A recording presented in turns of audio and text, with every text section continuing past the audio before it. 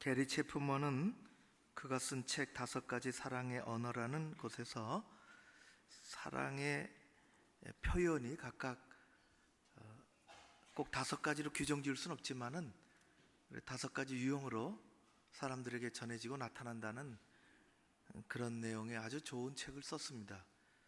그 앞에 서두에 보면 사람에게는 이름을 어떻게 붙이던 마음속에 그는 이름 붙이기를 이모셔널 탱크, 감정의 탱크, 그릇이라는 이름을 붙였죠. 이름이야 어떻든 그릇이 있다는 것입니다. 그 그릇에 사랑이, 인정이, 그런 것들이 담겨 있어야 그것을 우리는 계속 소비하며 사는데, 그것이 잘 채워진 사람들이 건강하게, 어린아이면은 육체적으로도 건강하고 또 정서적으로도 또 심리적으로도, 그리고 우리들은 말할 것도 없죠. 영적으로도 건강하게 사람이 살아간다, 자라간다 하는 내용의 책입니다. 어린이나 어른이나 할 것 없이 살아가면서 우리는 에너지를 사용합니다. 그리고 그 에너지를 다 사용하면 그 에너지의 레벨은 떨어지고 그릇은 빈 그릇이 되죠. 육체적으로 움직이며 살아가는 우리들에게 하루 3끼 밥을 먹으며 살아갑니다. 그것은 육체적인 에너지를 필요로 하기 때문에 그렇습니다. 감정적인 에너지를 공급받기 위해서 우리는 서로 인정하고 아껴주고 배려해야 하고, 그런 좋은 에너지들이 우리의 감정의 그릇에 잘 채워져야 우리는 평안한 가운데 우리의 마음의 풍요를 누리며 살아갈 수 있는 것이죠. 특별히 그리스도인 우리들은 또 다른 에너지가 필요합니다. 그것은 영적인 에너지입니다. 우리는 이 영적인 에너지를 공급받기 위해서 하나님 앞에 예배 자리로 나오며 예배 가운데 혹은 개인적으로 성경을 읽으며 말씀을 들으며 또 하늘 양식을 취하며 우리는 세상에서 얻지 못하는 이 하늘의 에너지, 영적인 에너지를 얻으며 살아가는 것입니다. 우리 모두는 살아가면서 에너지가 필요합니다. 오래전에 미국에서 공부할 때 미국에 가자마자 필요한 많은 물건들을 이렇게 구입합니다. 참 많죠. 처음 살림을 다시 구입해야 되니까 그 중에서 빼놓을 수 없는 것은, 한국에서는 필요 없는데 미국에서는 자동차가 필요합니다. 시장을 가려고 해도 그렇고 가족들이 한 발자국도 움직이기가 어렵습니다. 그러니까 어쩔 수 없이 자동차를 사는데 새 차는 살 수 없고 선배가 소개해주고 또 미리 온 선배들이 잘 아니까 이 중고 물건을 파는 그런 신문에 잘 오려가지고 또 메모해가지고 와서 적절한 차가 나왔으니까 보러 가자고 보러 갔지요. 생애 첫 자동차를 구입하는 것입니다. 미국은 조금 이 자동차 서로 사고 파는 것도 아주 자유로워. 개인 집으로 그냥 가면 거기서 돈 주고 사올 수 있습니다. 자기가 쓰던 것을 파는 것이죠. 까만 차가, 한국에서는 볼 수 없는 미제, 지네 차니까 미제, 엄청 큰 차가 어떻게 되냐? 그랬더니 4,500cc. 얼마냐? 이거 엄청 비싸겠는데? 놀랍게도 얼마냐? 물어보니까 2,200불을 달라 그러더라고요. 이렇게 싸냐? 알고 보니까 너무 나이가 많이 들었습니다. 오래 타가지고 이게 언제 고장날지도 모르고, 그리고 저는 자동차를 중고를 사면 이게 주인이 바뀌면 자동차가 몸살을 한다는 것을 그때 알았습니다. 일부러 속여 판 것은 아닌데 오래 쓰던 자동차가 주인이 딱 바뀌니까 한 일주일, 보름, 한 달 지나니까 줄줄이 고장이 나기 시작하는 거예요. 라디에이터가 덜덜덜덜 떨리질 않나. 나사가 빠져버린 거예요. 왜 지네 주인이 사용할 때는 안 그랬는데.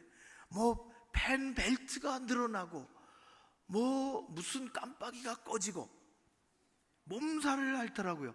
돈은 돈대로 들어가고.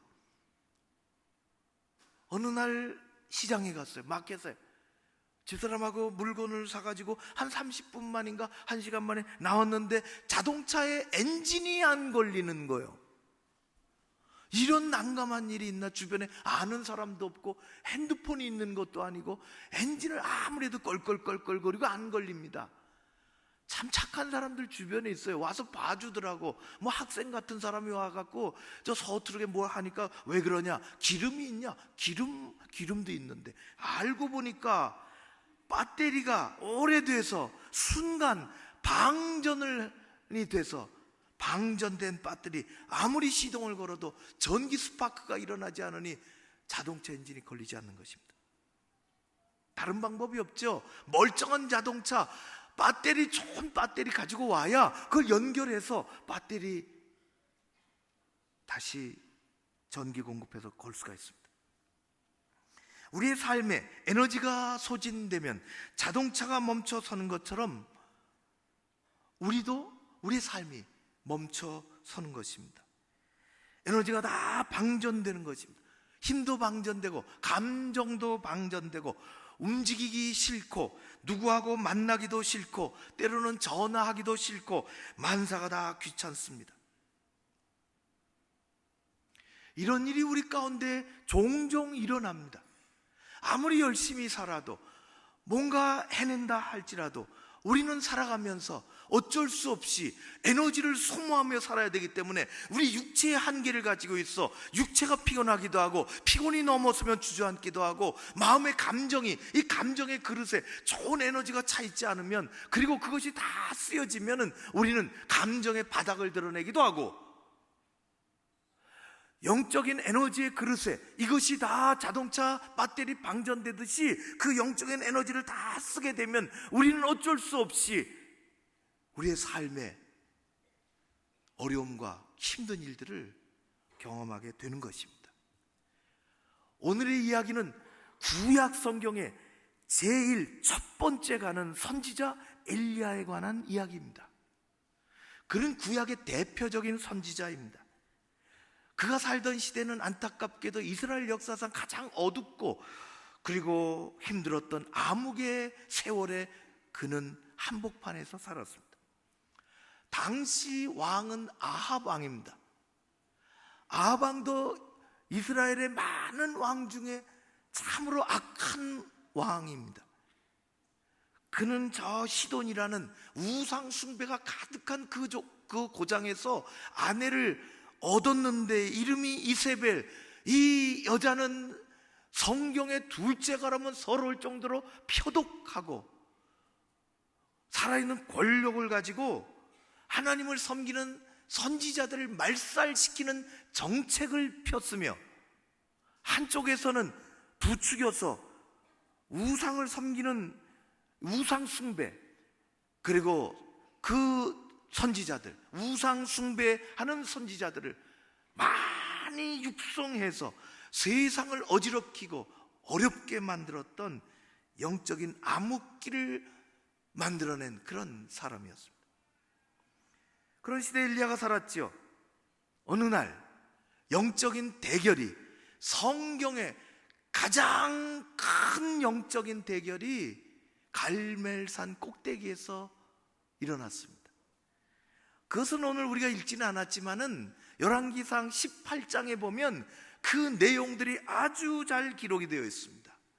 아합 왕이 이 가짜 선지자들, 우상 숭배자들을 950명을 모았죠. 그리고 일대 950, 하나님이 쓰시는 종, 이 엘리야가 그 정상에 서서 송아지를 2마리를 갖다 놓고 누가 하늘에서 불을 내리게 할 것이냐, 불을 내리는 신이 참신이라, 영적인 대결이 일어났습니다. 상상기 어려운 일들이 벌어진 것입니다. 역사상 가장 장엄한 영적인 대결의 승자는 엘리야였습니다. 950명이 달라붙어서 하늘, 자기가 섬기는 우상을 향해서 불을 내리라고 스스로 몸을 해치기도 하고 큰 소리로 울부짖기도 하고, 그러나 불이 내리지 않았지만 엘리야 선지자는 무릎 꿇고 하나님 앞에 간절히 기도하여 하늘에서 하나님의 불이 내리게 했습니다. 하늘에서 갈멜산 정상으로 하나님의 불이 임하여 번제물을 태우고 도랑을 태우고 나무를 태우고 다 태워버리고,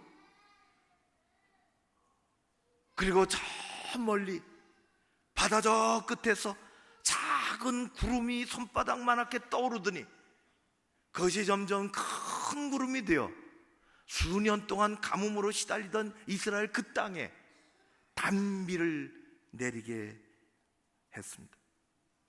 하나님은 이 영적인 대결에서 엘리야의 손을 번쩍 들어주신 것입니다.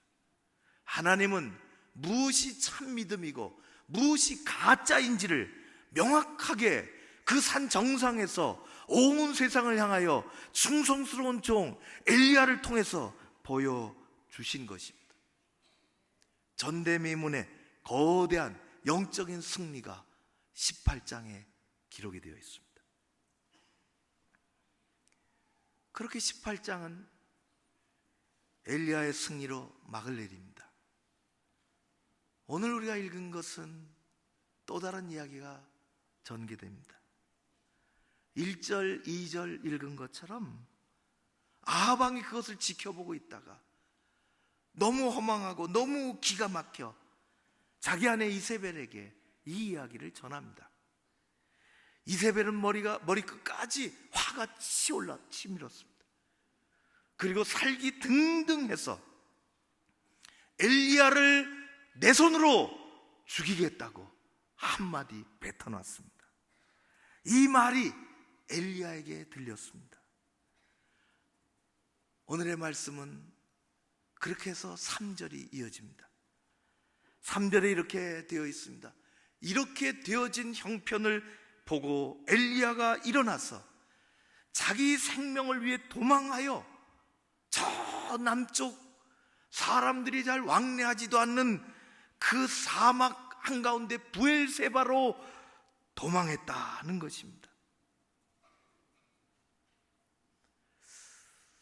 저는 신학교에 다닐 때 성경을 많이 읽고 연구하고 신학교에 다닐 때 이 엘리야가 이해가 되지 않았습니다. 엘리야가 누굽니까? 그는 구약의 최고의 선지자입니다. 하나님의 능력의 종이었습니다. 하늘에서부터 불을 내리고 이 땅에 기적을 일으키고 950명의 선지자들을 무찌르고, 엘리야가 그런 사람인데 그가 어떻게 한 여자가 큰 소리 친다고 도망칠 수 있는가? 어떻게 이렇게 비겁하게, 아니 어떻게 그렇게 될 수 있는가 하는 것입니다. 엘리야는 하나님이 쓰시는 종이었습니다.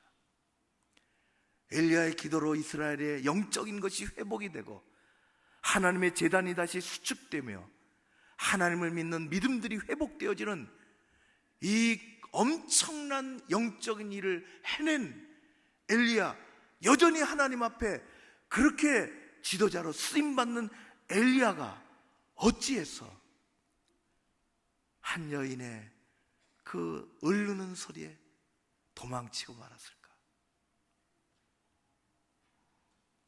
신학교를 졸업하고 목회하면서 이해가 됐습니다. 많은 성도들을 보면서 제 자신을 보면서 이해가 됐습니다. 우리 모두는 하나님을 향한 충성을 가지고 있습니다. 믿음이 아침 저녁으로 변하는 것도 아니고 우리는 하나님 없이는 못 사는 사람들입니다. 나의 결심과 나의 행함은 변덕쟁이가 아침 저녁으로 죽 끓듯이 끓는 것이 아니라 여전히 우리는 하나님에 대한 헌신을 가지고 있고 믿음을 가지고 있고 용기를 가지고 있습니다. 그런데 무슨 일을 겪으면 때로는 배터리가 다 방전되는 것처럼 우리의 삶의 영적인 에너지가 다 방전이 되고 용기를 잃어버리고 의욕을 상실한 채 남의 작은 일에, 남의 작은 말에 걸려 넘어지는, 그래서 두려움이 생기는 그러한 삶을 우리도 때때로 산다는 것입니다. 하나님의 말씀을 붙잡고 열심히 일하며 살았는데 순간 자동차 배터리가 방전되는 것처럼 나의 의욕의 에너지가 다 고갈이 되고 나의 영적인 바닥이 드러나고 무거운 짐이 나를 억눌러 우리가 주저앉아 있는 것을 우리는 가끔 경험하며 살아갑니다. 우리는 엘리야처럼 도망치는 것은 아니지만 우리가 있는 자리에서 우리는 아무도 모르게 얼마나 도망갔는지 모릅니다. 우리는 크고 작은 그런 일들을 똑같이 경험하며 삽니다. 우리는 엄청난 능력을 행했던 엘리야는 아니지만 우리는 하나님을 믿는 한 사람으로, 하나님의 긍휼을 구하는 사람으로, 그리고 헌신하겠다고 두 손 들고 믿음 가지고 살아가는 사람으로 용기 백배하다가 별거 아닌 일에, 작은 말 하나에 넘어지기도 하고 도망치기도 하는 것입니다.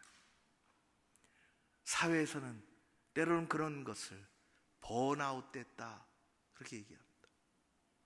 감정이 다 바닥이, 그 그릇이 바닥이 드러나는 것이, 영적인 바닥이 드러나는 것이죠. 힘이 빠져서 평상시는 두려워하지 않았는데, 평상시는 아무 일도 아닌데 그것이 두려워지고 그것이 힘들어지고, 그래서 뒤돌아서는 것입니다. 어느 글을 보니까 속담에 이런 것이 있습니다. 당나귀가 쓰러진 것은 마지막에 올려놓은 모자 하나 때문이라는 것입니다. 당나귀는 정말 끈질긴 동물이죠. 가축, 아주 인내심이 많습니다. 겉에 보면 볼품은 없지만 긴 모가지 쭉 늘어뜨리고 주인이 싫는 대로 그냥 꼭 참습니다. 무슨 나무를 심어도, 소금가마를 올려놔도, 물건을 잔뜩 심어도 그는 그냥 그거 싣고 있습니다. 그날도 요사이같이 엄청 더울 때 주인이 잔뜩 실어놨습니다. 당나귀는 그냥 걸어갑니다. 주인은 옆에 서서 맨몸으로 걸어도 땀이 뻘뻘 나는데 당나귀는 그 짐을 다 짊어지고 걸어갑니다. 1시간 걸었을까? 2시간 걸었을까? 힘이 지치고 힘들고 그럴 때 주인이 자기가 땀이 너무 많이 나니까 당나귀를 세워 모자를 벗어 땀을 좀 닦으려고 하면서 그 모자를 당나귀 짐 위에 올려놓으니 그만 당나귀가 푹 쓰러지고 마는 것입니다. 당나귀가 쓰러진 건 맨 마지막에 올려놓은 모자 하나 때문이라는 것입니다. 사람들은 수군거립니다. 그깟 모자 하나가 얼마나 무겁다고 그것 때문에 쓰러지냐? 그러나 당나귀가 쓰러진 것은 그 모자 하나 때문이 아니라 그 전까지 짊어지고 있었던 그 힘겨운 짐, 그리고 다 소진해버린 그 에너지, 이제는 모자 하나 갖다 얹어놔도 쓰러지는 것입니다. 모자 하나 더 얹었는데 그동안 너무 힘들어 쓰러지는 당나귀처럼 우리도 살다가 작은 일에, 작은 말에 두려워서, 무서워서 피해 다니고 힘이 쑥 빠지고 움직이기도 싫고 전화 받기도 싫고 말하기도 싫고 사람 만나기도 싫은 경우를 만나게 됩니다. 그러나 오늘의 핵심의 말씀은 무엇입니까? 하나님은 하나님의 방식으로 하나님이 사랑하는 종을 하나님의 방식으로 회복시킨다는 것입니다. 엘리야는 도망쳤죠. 광야 속으로 들어갔습니다. 로뎀나무 아래 앉았습니다. 찾아낸 것입니다. 로뎀나무는 무슨 그늘을 만들어주는 나무가 아닙니다. 기껏 커야 1m, 사막에 빼빼 마른 나무, 이파리는 비쩍 말라 가시같이 돼 있고, 그는 그것으로 기어 들어갔습니다. 등기되어 앉았습니다. 그리고 성경 말씀 보니까 하나님 죽여주십시오. 제 생명 거두어 주십시오. 그리고 잠들었는데 천사가 찾아왔습니다. 하나님이 보낸 천사가 어루만지며 밥상을 차려줬습니다. 머리맡에 숯불에 구운 떡과 물 한 병이 놓여 있었습니다. 일어나서 먹으라. 일어나서 먹으라. 어렸을 때 많이 아팠을 때, 학교도 못 가고 끙끙거릴 때, 그러다가 그냥 방에서 잠들어 깨보니 엄마는 바카스 한 병, 바나나 한 개를 머리맡에 갖다 놓으셨어요. 먹고 기운 차리라. 하나님은 숯불에 구운 떡과 물 한 병을 갖다 놓으셨습니다. 화려하지 않은 진수성찬이 아닌 하나님의 밥상,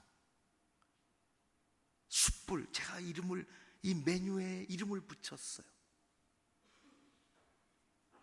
숯불구이 떡. 하나님이 참, 하나님 왜 숯불에 구우셨을까?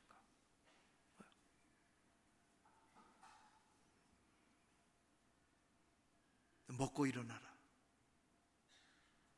진수성찬은 아니지만 이거 먹어라. 신약에 보면 똑같은 숯불구이가 나옵니다. 예수님을 따르던 제자들이 십자가에 못 박히시는 것을 보고, 또 부활해서 죽은 자 가운데서 일어나신 부활의 예수님을 듣고서 그들에게 기쁨과 감사와 감격과 이 엄청난 믿음이 생긴 것이 아니라 그들에게 찾아온 것은 두려움과 어려움이었습니다. 숨어들었죠. 그 낙심해서 고향으로 돌아갔습니다. 부활하신 예수님 그들을 찾아갔습니다. 갈릴리 바닷가로 찾아가셨죠. 제자들 아무 힘이 없이 그물을 집어던질 때 예수님은 바닷가에 기다리셨습니다. 요한복음 21장에는 예수님이 기다리시면서 숯불을 피우셨습니다. 그리고 그 위에 떡을 얹어 놓으셨습니다. 오병이어의 기적을 일으키셨던 주님은 숯불을 피시고 떡을 얹어 놓으셨습니다. 그리고 바닷가니까 생선도 얹어 놓으셨어요. 힘없이 돌아오는 제자들, 와서 먹으라. 숯불구이 생선, 숯불구이 떡, 하나님의 밥상입니다. 하나님의 밥상은 요란하거나 진수성찬이 아닙니다. 그러나 하나님의 밥상은 힘을 차리게 하는, 기운이 나게 하는 말씀의 밥상, 그것을 갖다 놓으시고 이것을 먹으라, 그렇게 말씀하십니다. 말씀의 밥상에 차려진 하나님의 말씀, 생명의 말씀을 먹으라, 그렇게 하시는 것입니다. 기도원에 가면 육체적으로 저도 힘이 듭니다. 그러나 모든 사람들은, 기도원에 그 무더운 여름철에 모여드는 모든 사람들은 공통점이 있습니다. 갈급하다는 것입니다. 예외 없이 누가 말씀을 전하든 은혜를 받습니다. 갈급하기에. 진수성찬이 아니래도 갈급하기에 은혜를 받는 것입니다. 맛있게 말씀을 먹습니다. 정말 맛있게 먹습니다. 그 모습을 보면 신이 납니다. 아멘 아멘 하며 맛있게 차려진 밥상에 메뉴가 어떻든지 큰 은혜들을 받습니다. 하나님이 차려주신 밥상은 화려하지 않아도 우리는 잘 받아 먹어야 하는 것입니다. 주님의 밥상, 숯불에 구운 떡, 우리 하나님이 주실 때 아멘으로, 감사함으로, 믿음으로 받아 먹어야 우리는 이 땅에서 힘을 얻어 살아갈 수 있습니다. 말씀이 화려하지 않아도 괜찮습니다. 기승전결로 멋지게 전개시켜 나가지 않아도 상관없습니다. 갈급하면, 배가 고프면, 기진맥진하면 하나님은 말씀의 상을 그에게 주시는 것입니다. 오직 여호와를 앙망하는 자는 새 힘을 얻으리니 독수리의 날개치며 올라감 같을 것이요 다른 박질하여도 곤비하지 아니하겠고 걸어가도 피곤치 아니하리로다. 말씀의 밥상을 받고 말씀의 밥상을 먹어야 하는 것입니다. 차려진 것, 하나님이 주시는 것, 물 한 모금 떡 한 덩어리, 그것이면 우리는 족한 것입니다. 하나님의 회복시키시는 방법이, 하나님 방법이 그렇습니다. 영적인 에너지는 우리가 살다가 몸이 힘들고 배가 고프면 음식을 먹어야 되고, 감정의 에너지가 고갈이 되었으면 누군가에게 인정받고 칭찬받고 배려받아야 되겠지만, 영적인 에너지가 고갈되면 우리는 다른 방법이 없습니다. 하나님이 차려주신 그 밥상을 감사함으로 대해야 하는 것입니다. 엘리야는 일어나서 남쪽으로 그 더운 길을 따라 또 내려갔습니다.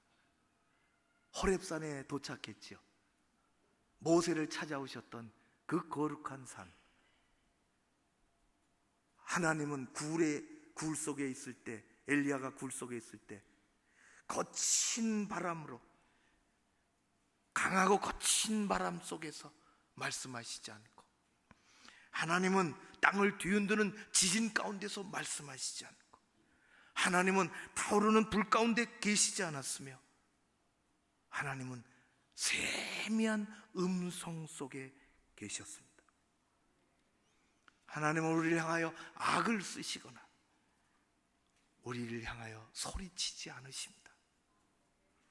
시끄럽고 분주한 세상 가운데 세미한 주님의 음성을 듣기란 쉽지 않습니다. 설교 유창한 거하고 주님의 세미한 음성을 듣는 거하고는 별개입니다.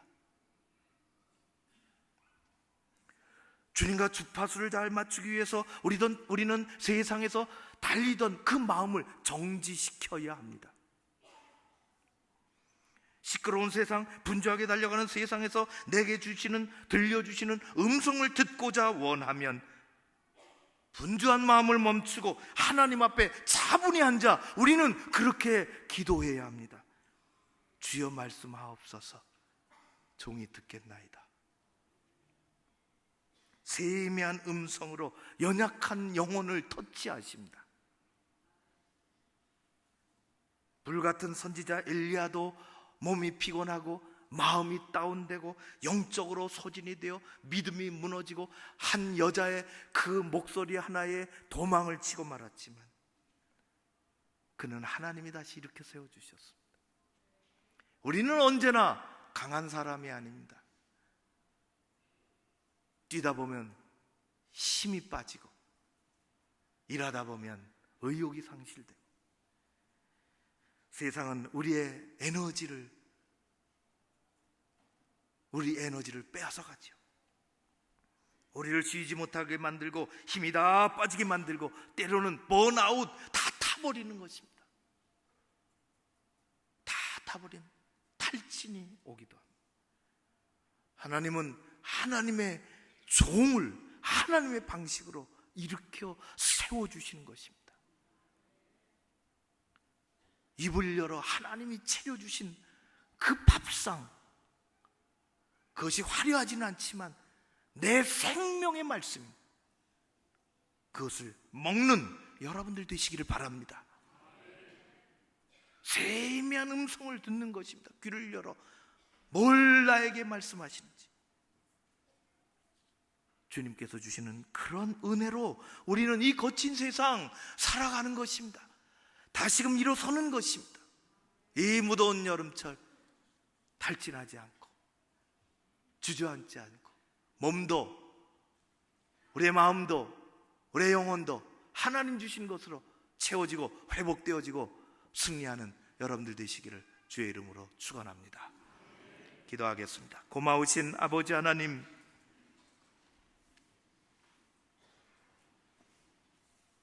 갈급한 심령 만들어 주옵소서. 주시는 것 맛있다고 먹는 믿음의 우리의 자리에 겸손히 주님 앞에 엎드릴 때 세미한 음성으로 우리를 다스려 주시옵소서. 세상은 우리의 많은 것들을 요구하지만 하나님은 또 채워주실 줄로 믿사오니 이 무더운 여름철이 엄습해 올 때 우리의 몸도 우리의 마음도 우리 영적인 상태도 주님으로 만족해 하여 주시옵소서. 잘 먹게 하시고 잘 듣게 하여 주옵소서. 예수님 이름으로 기도하옵나이다. 아멘.